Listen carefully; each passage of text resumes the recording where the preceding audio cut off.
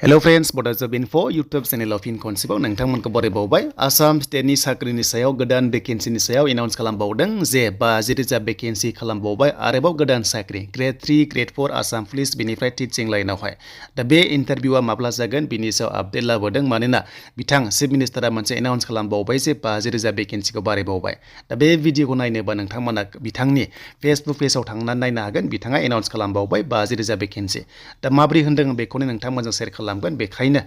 भिडिअखौ नायग्रोजोब नोंथांमोना बुजिनो थाखाय आरो जाय नोंथांमोना चेनेलाव गोदानै फैदों साबस्क्राइब खालामना लानो हागोन जेब्लायबो गभर्नमेन्ट साख्रिनि बागै आपडेट्स नोंथांमोनाहाय मोनबाय थानो हागोन दा गोबां कमेन्ट्स आसाम पुलिसनि फिजिकल टेस्टआ माब्ला जामारगोन आरो भेकेन्सिया बारायगोन ना बाराया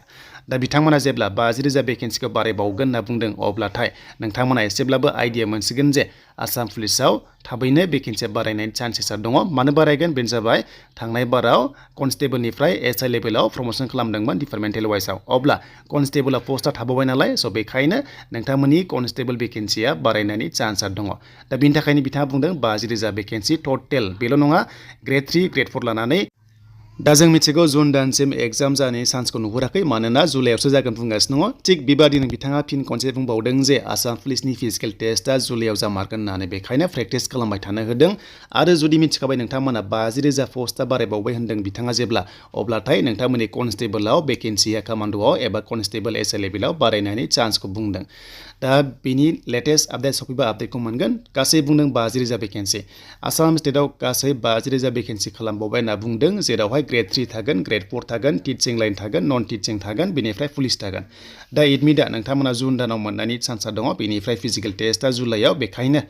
जायफ्रा मोजाङै प्रेक्टिस खालामाखै खालामबाय थाबानो जाबाय टाइम दङ नोंथांमोना क्वालिफाइड जाहैखागोन नाथाय काटअफआसो गोजौ थांनो हागौ मानोना गोबां प्रेक्टिस खालामबाय नालाय लोगोसे नोंथांमोना प्रेक्टिसजों लोगोसे नोंथांमोना बिजाब बानायबाय थानांगोन सिलेबासखौ फल' खालामनांगोन अब्लासो लास्ट मोमेन्टआव नोंथांमोना क्वालिफाइड जानायनि चान्सखौ नुहुरगोन देन बे जाबाय आसाम पुलिस दानिया नोंथांमोननि Gr.3 Gr.4 आवबो गोबां एप्लाइ खालामदों गोबां केन्डिडेट्स दङ ADReआवहाय बेनिफ्राय टिचिं लाइनावहाय दा बेखौ जों आपडेटखौ लाना फैदों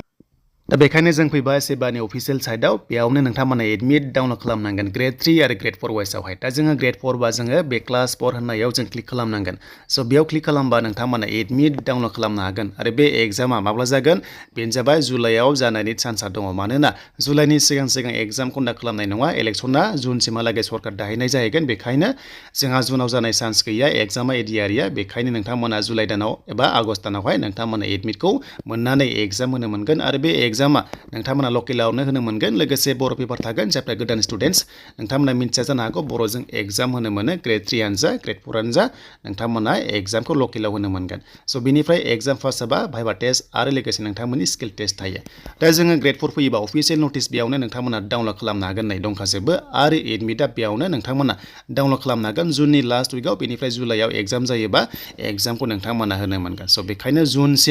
जुनसिम नोंथांमोना नेथ'नांगोन लेटेस्ट आपडेट मोननो आसाम पुलिसआ बेनिफ्राय नोंथांमोना ADRe जा नाथाय बिथांमोना बुंदों जे चिफ मिनिस्टारा एनाउन्स खालामदों गासै 50,000 पस्ट खालामबावबाय होननानै बेखायनो 1,50,000 गासै जाहैसिगोन दा बे जाबाय Gr.3नि दा Gr.3 खौबो नोंथांमोना बेयाव अफिसियेल नटिसखौ नायदो बेनिफ्राय सिलेबासखौ नायखाजोबदो आरो नेक्स्ट लेभेलाव syllabus A to Z video फैबावगोन जाहाथे गोदान स्टुडेन्टफ्रा मिन्थियो 50,000 भेकेन्सियाव नोंथाङा साख्रि मोननोबा गोबां नाजानांसिगोन एन्ड बेनिफ्राय काटअफआ गोजौ थांनो हागौ मानोना थांनाय बाराव ADReआव 26,000 भेकेन्सिमोन नाथाय एबारो